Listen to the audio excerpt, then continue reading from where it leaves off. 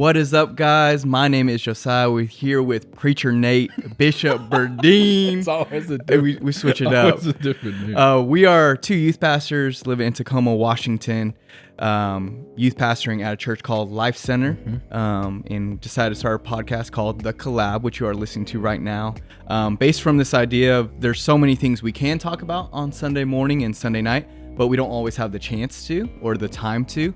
And so we wanted to create another platform to communicate things that are on our heart, and just like value transparency, value growth, and value collaboration, because I believe that's the future of the church. That is by design how Jesus has designed the church to be like every nation, every tribe, every tongue, every people.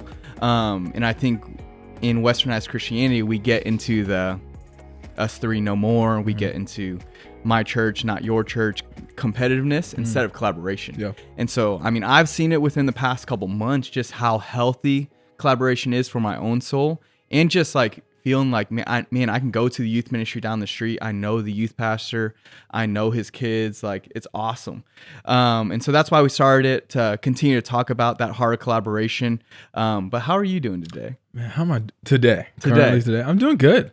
You know, I've got a morning routine again. Yep. So you ready for this? Here's the morning routine. Here's how Nate Birdine lives. Okay. Wake up 6:30 on the dot. Don't play with me. Shower.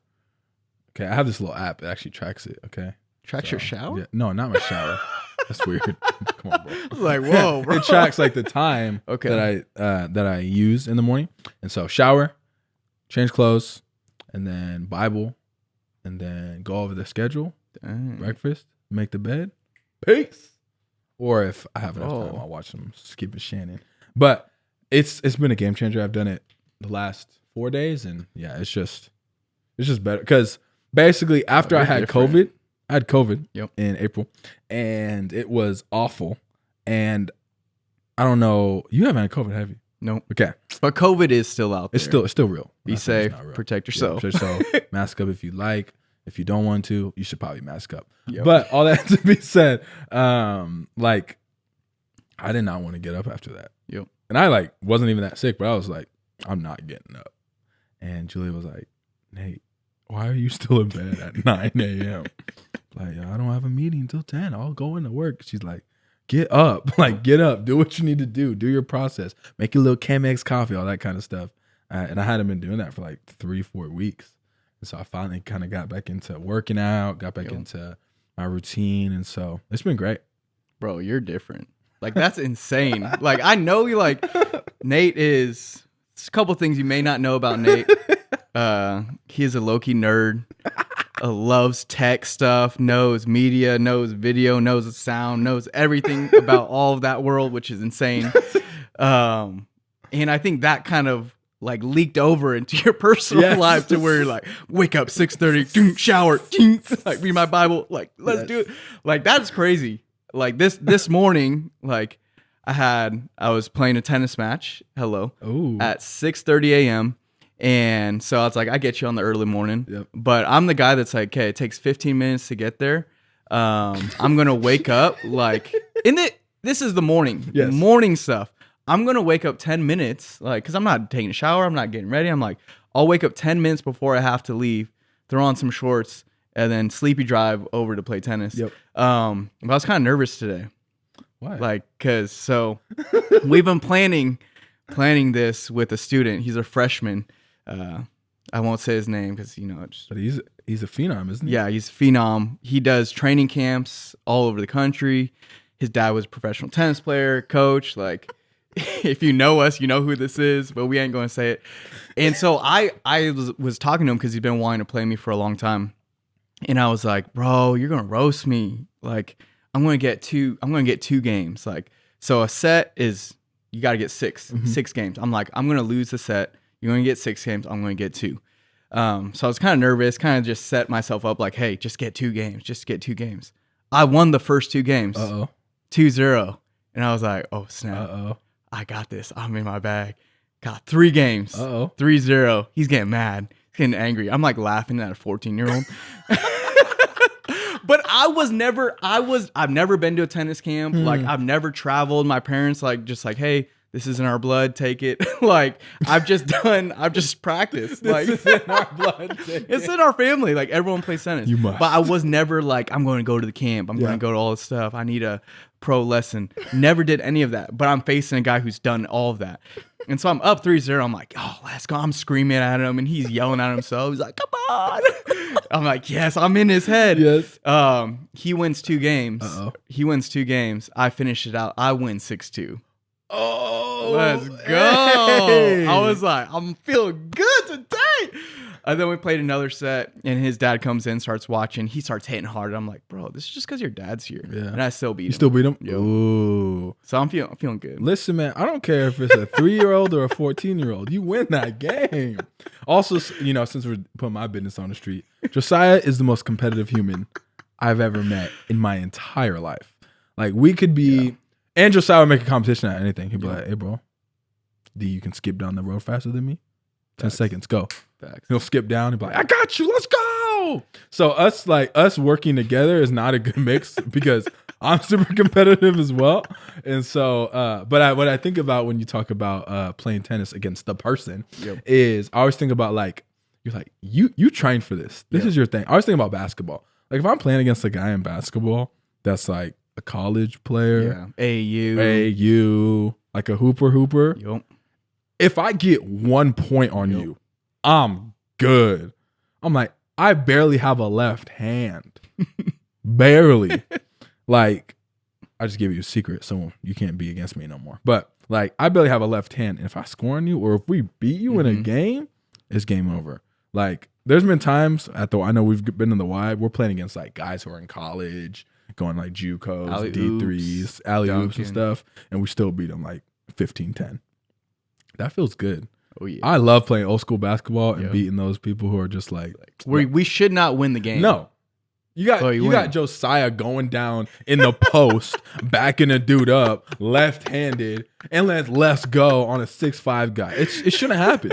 But it happens every Tuesday and Thursday. Josiah's like crosses up this guy somehow and lays it up. But it just feels, I know what you're talking about. It just feels good. So I don't care if they're 14 years old. I don't care. Who cares? This competition. We got this summer we got summer camp, ultimate frisbee. Oh, I'm ready. It's over. About to start tryouts tomorrow. Gonna win the basketball tournament, volleyball tournament. We're gonna win all the tournaments. All of it. We might rig them, but we're still gonna win. No. What should we talk about? Let's talk about faithfulness. Today. I had this thought. I think it's mostly younger generation, mostly our generation. I don't know if this necessarily applies to the older generations. So if you're listening to this podcast, bear with us, but there may be some things you can apply. But this idea of like leaving too soon or facing or hitting against a wall and quitting. And I think it's a timeless concept. Like this is a biblical concept. This is a leadership concept of like, man, I'm going to be faithful. Like they say, like when you start your career, like stay in that, like your first job for 5 years. Like it helps your resume. It helps you go to the next ladder or wherever you're trying to go.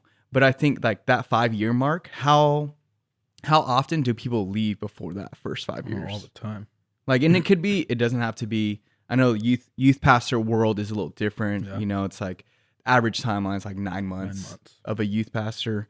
And so I think that's a different, unique career, a little outlier. But I think within careers, whether it's, within careers, sports, teams, just hobby, like when is the time to quit and when's the time to keep going? And that's kind of what we were saying yesterday is like, when is it okay to step away and when is it not okay? All right. I think it's real because I come from, when people are talking about this, they're talking about my cult, Gen Z. Talking about Gen Z, even millennials, like, they can't stick anything. They can't do anything long term. And I think some of that is embedded into the generation, maybe. But also think about the world that we've been surrounded by. It's easy to go to the next thing. I just put my resume online. Someone can go look for it. There's websites. I can just throw it online. There's, I can find anything.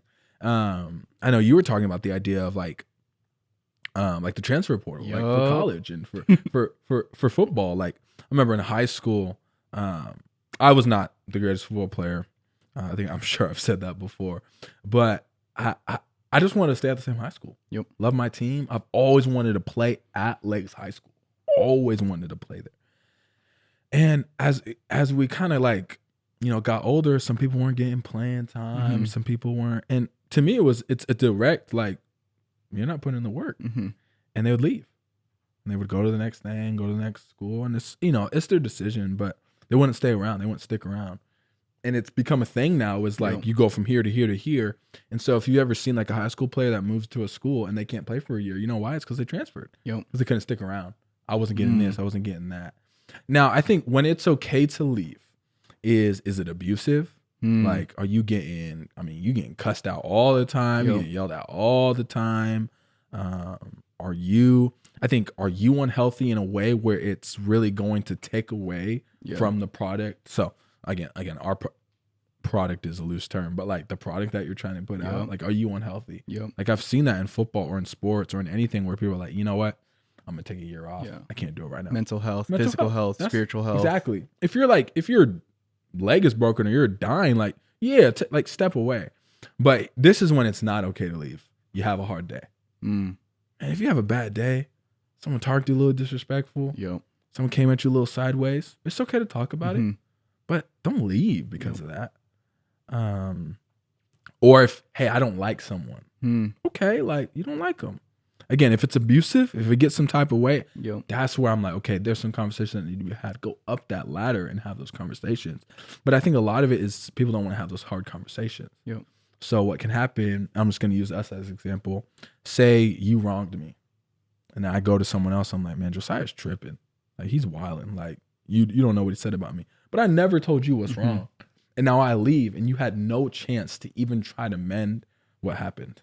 And I go, unless... what should happen is I go, hey, Joe, man, the way you said this, man, I know, like, we're boys, but, man, I did not like the way that came across. Oh, okay, cool. Now you know for next time. And then you can say, hey, this is why this happened. All those different things.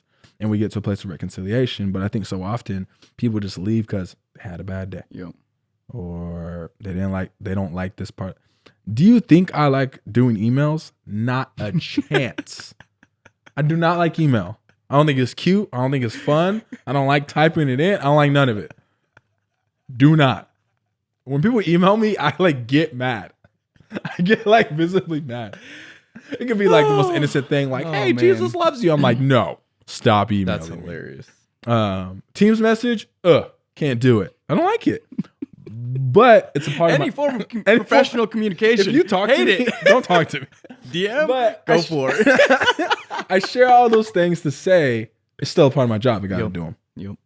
So I can't be like, I'm leaving because I don't like emails. Really? Like, let's work on some of that. Let's grow on some of that stuff. So that's what I would say. I think it's okay to leave when it's abusive, when it's wrong, when you're unhealthy, maybe by yourself or those kinds of things. But man, I think sometimes we just leave because we think the grass is greener on the other side. And then we get to the other side and we're like, ooh, wait, I kind of like the grass over there. I kind of liked how that looked, but we've already left. So it's like, no going back now kind of thing. And I think even like, it's not okay to leave after a bad day.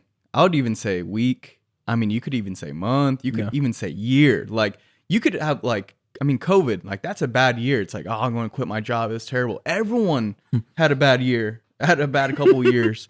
And so I think like that is very a loose term. Is like bad day, bad week, bad year. But if it is abusive, if it is like affecting like your health on every spectrum, every level, then it's okay to leave. But I think a lot of times with like those bad days, bad months, is like we're seeking fruit and we're not necessarily looking underneath the surface. Like we're not necessarily looking at how deep the roots are growing. And so I think like, man, like we expect like if you just take a little seed and you put it in some soil, then you water and sunshine, all that stuff, you don't just like the next day you're not like, oh, where is it?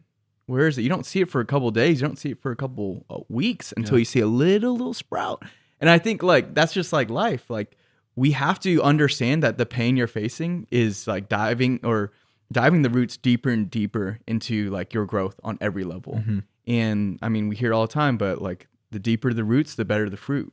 And so I think we have to fight our mentality, our soul in that, where it's like, man, when I'm facing pain, I have to picture the root.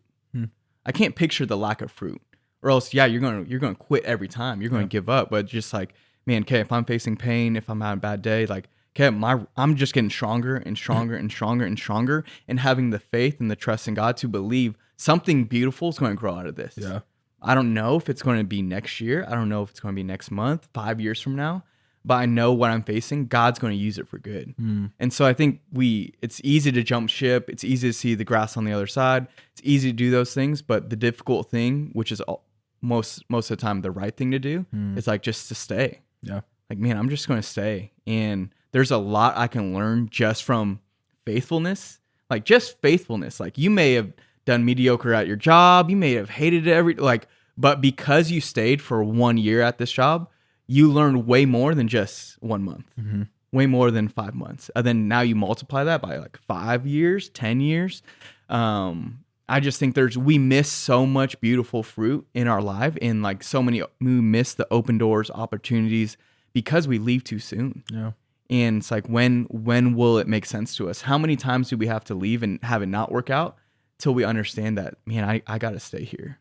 Like, I just gotta build roots, build community, and like try to outlast the pain, outlast the hurt for a little bit, and see if, like, man, what God says in the scripture is true. Yeah. Let me know what you think about, like, I think sometimes we create a narrative that may not exist. Right. So I'm just thinking an idea of like higher ups or people around us will say, well, they don't care. Well, they don't know. Well, they don't hear. Okay, maybe, but maybe they don't know where you're coming from. Yeah. They don't know where you're at.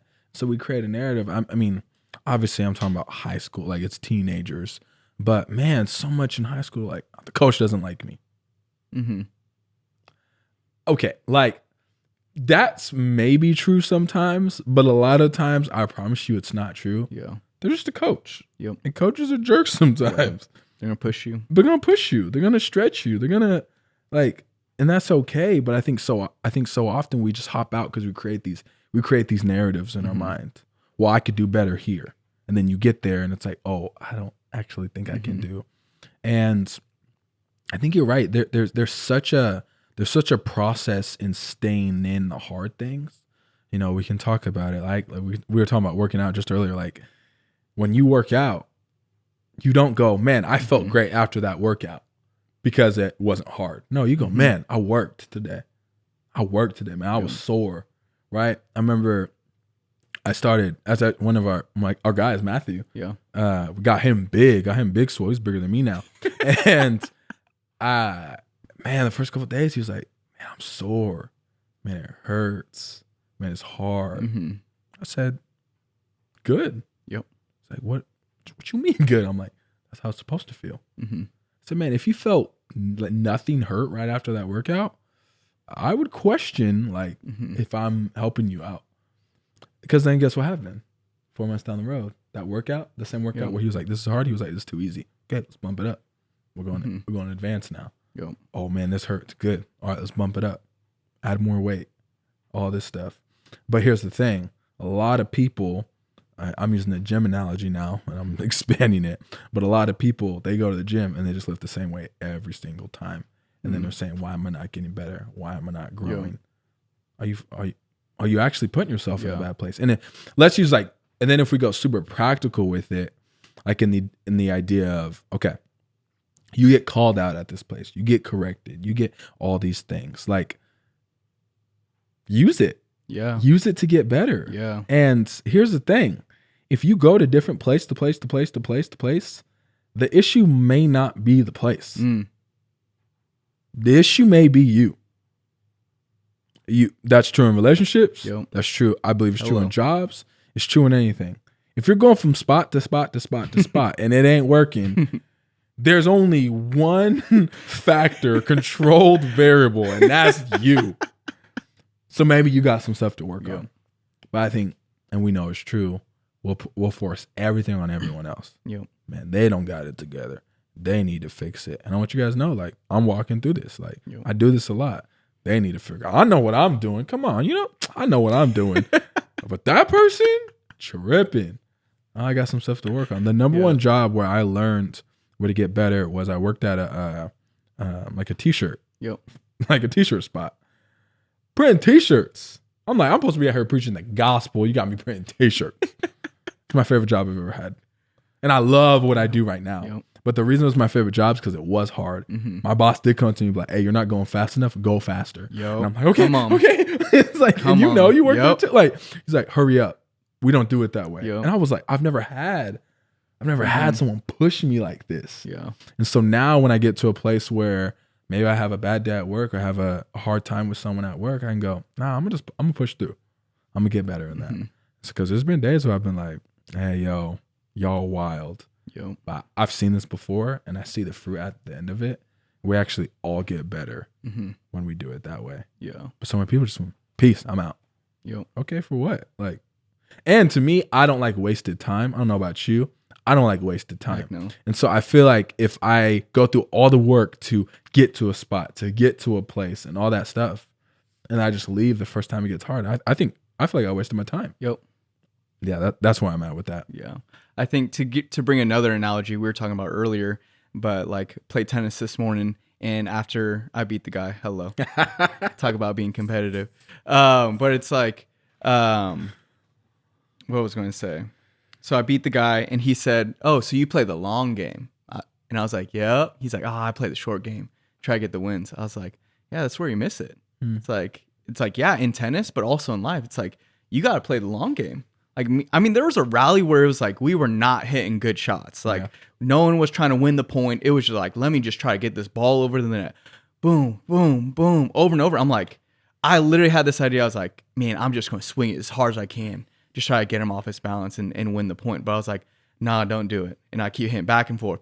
And he's just giving me little soft hit. I'm like, bro, like actually hit the ball at me. Yeah. And I just like, okay, whatever. I'm gonna outlast him. Then he tries to hit it as hard as he can, go straight into the net and win the point. And I think like, how often do we do that in life? Where it's like, yeah, we're in this long rally, whatever. It could be a relationship, could be work, whatever. We're in this rally back and forth. But you don't see that you won the point yet, and so you try to swing hard. You miss, you get hurt, someone yells at you, whatever, and you're like, okay, it didn't work. I'm out. But it's like, we got to play the long game, and I think like there has to be a sense of work ethic too. Like, I know work ethic isn't everything, and I know like toxic masculinity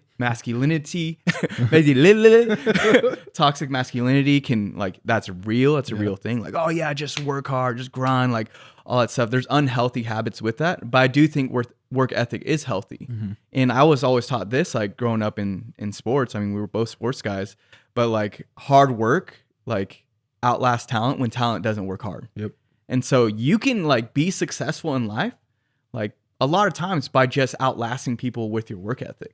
Like, there's so many talented people, talented youth pastors, talented musicians, talented politicians, teachers, whatever. It's like, but you don't necessarily see all of those come to light or see the fruit of it because they were outworked or they were outlasted by someone else.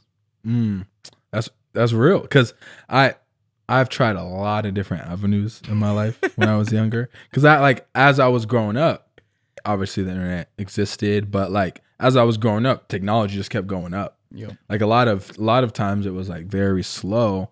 Like everything just happened. Before I knew it, I was like, oh cool. Like you could put on a pair of glasses and see like a screen. Like, that's crazy. Like, technology is rising. And so I remember I would try so much stuff, man. I tried to rap. I tried to do all these things. I tried to do a YouTube channel. I tried to, I tried a Christian club. I tried to stream. I tried to do all these different things. And you know what I realized? I wasn't willing to work that hard. So it's not going to work. And you're trying to get big at all of those. Yeah, I was trying to get big. It's cool. And I realized, like, we're streaming. Like, if I stream again, it's just fun. I'm not trying to get big. I honestly had fun streaming to people like that. And so when I realized that hard, like, I realized I wasn't willing to work as hard as the best people in that area. Why am I not that great at, like, I'm good at basketball. I'm not great at basketball. Why? I wasn't willing to do the work. I wasn't willing to do it. So I didn't get good at it. But see me on the ultimate frisbee, I was willing to keep working. Like, trying to throw like this is the hardest thing in the world. Every time I throw it, people are like, how do you do that? man, I had to throw it. Like I literally have that thought every time I see you throw that. Like on a Sunday night, I'm like, how does he do that so good? Hundreds of times though, I threw it and went boom, boom, boom, again and again and again. And I could have done the same thing I've done with a lot of different things, but I'm out. But I just kept going with it, and I'm pretty good at that part now. And so I think you're right. It's just we hop out when we're not good at something. And are you willing to do that hard work? You know how they say like 10,000 hours is like, they'd say like 10,000 hours it takes, right? I think it's 10,000 hours of mastery. Like you put 10,000 hours into something and you've mastered it. You become a pro, right? You become good at it. And it's like, again, is that number perfect? Probably not, but it's probably true. I don't know how long 10,000 hours is in like years and days or whatever, but put in that, are you willing to put in that work? And I think before, let's be real. So before you even get into the place where you want to leave, maybe we need to think before you even get there. Are you willing to put in the time? Are you willing to put in the 10,000 hours? Wow. Are you willing to do that stuff? Dang. I think we've talked about this before, but I look at a lot of different things in my life as like a craft. Like, think people can make fun of it, but I think of like as youth pastoring as a craft. There's a way I do it that I believe not a lot of people will do it. There's a way you do it that I don't do it, and I think am I constantly working on that? And for how do I work on my craft? Well, I got to talk to Jesus. Got to go to church. Got to do these different things. Got to hang out with people. Got to be close to my wife. Like, these are the different things that I have to do to work on my craft. But some people aren't willing to work on it. And then like, why did I get better? I'm leaving. It's like, you didn't work on, right? So there's the laziness. There's the, that word is aggressive to people, but sometimes like there's a not want to do it. But then I think also it's like, I want to be great, but you just don't get to great by just wanting to do something. I was watching a video. You seen that dribbling Jimmy Butler video? Like, oh yeah. Yep. Whoa. Dribbling the ball like a child Sweating. does. Just like a child does. Like, that's what you learn in the beginning of basketball is that fast dribbling drill. He's a multi-millionaire, one of the best player on the Heat, one of the best players in the league. He's still doing this drill.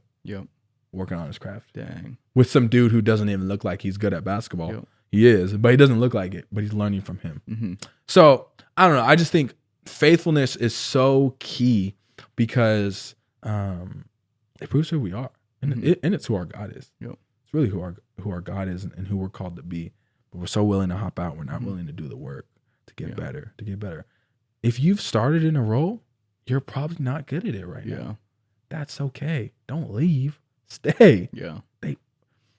I forgot who it was, but there was a speaker that said, what would that place look like if you weren't there?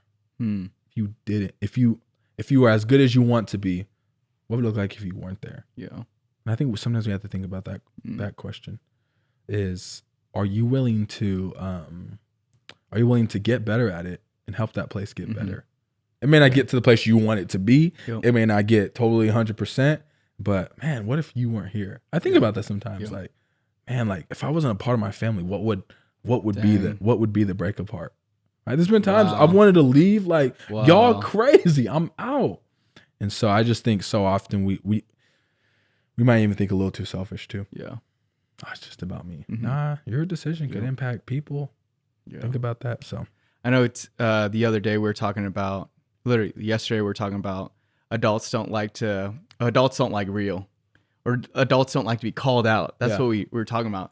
And it kind of like, it hit me. I don't know. I have no idea why, but it's just like, it clicked. I was like, yes, that's it. And I think a lot of times like we haven't built that muscle, or we haven't built the capacity for real. We haven't built the capacity for transparency. We haven't built the capacity for being called out on stuff. And continue to stick in it and get better in the things we're called out on. It's like we're called out on one thing and then we get a breakdown, and then we try to come back the next day and then get called out on another thing. It's like, man, I can't do anything right. And it's like we're looking so much at ourselves and beating ourselves up instead of thinking like, okay, because I didn't get it right, how did it affect other people? And how can I get it right so I can make a bigger impact with other people? Like getting outside the selfish mentality. But I think that's a huge thing when it takes like, or here's a question for you. Like, if you're someone who's thinking about leaving because of criticism, like how do you take criticism when people will call you out? Like, how do you take that and build from it? That's I used to run away from criticism. So like when I would speak, I would just leave because I'm like, I don't want no one to tell me how I did. And then I realized like I'm not the best at what I'm doing. Yeah. So for me, a lot of it's speaking. I think I'm a pretty good speaker, but there's something that I can always grow in. And so the way I take criticism is one, like you don't have to take criticism from everybody. I think it's a big thing. That's good. But here's the thing. If you have something to tell me that I need to get better at, you are my supervisor. Like, and you like, I see you as a big bro. So that's a voice that I'm going to trust no matter what. So I can't go, nah, don't tell me nothing, Josiah. No, because I've made you a trusted voice in my life. So I can't get mad at you now when you do call me out on those things. And so we make trusted voices. They say, hey, here's something you can get better in. And then forget you. Like, you don't know me. You don't know those kinds of things. And so I think the way I take it is I don't take it personal. I do my best not to take things personal. Good. And I used to a lot. Like there'd be times like I'm playing games and someone says like, do this. I'm like, oh, you don't know me, bro. But it's like, why am I taking it? Call of Duty. Yeah. Why am I taking it personal? It's a game. Or like they're trying to help me get better. And we take things so personal. We put them on and we disqualify. I think even less than our actions disqualifying us sometimes, we just disqualify ourselves because we're not actually willing just to get better at it. Yep. And so I just try not to take on offense in that. Yeah. I try not to be like, oh, it doesn't, because you're trying to help me get better. Yeah. I know you. Yeah. If Julia calls me out, that's my wife. Of course she can call me out on what I need to be called out on.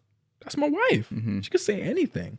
But there's some voices also, as I think there's some people who just try to criticize, some people try to lift up. Like I always learn in coaching, you compliment, you call out, compliment again. Yep. I still think that works to this day. Come on. Right? Compliment sandwich. Let's go.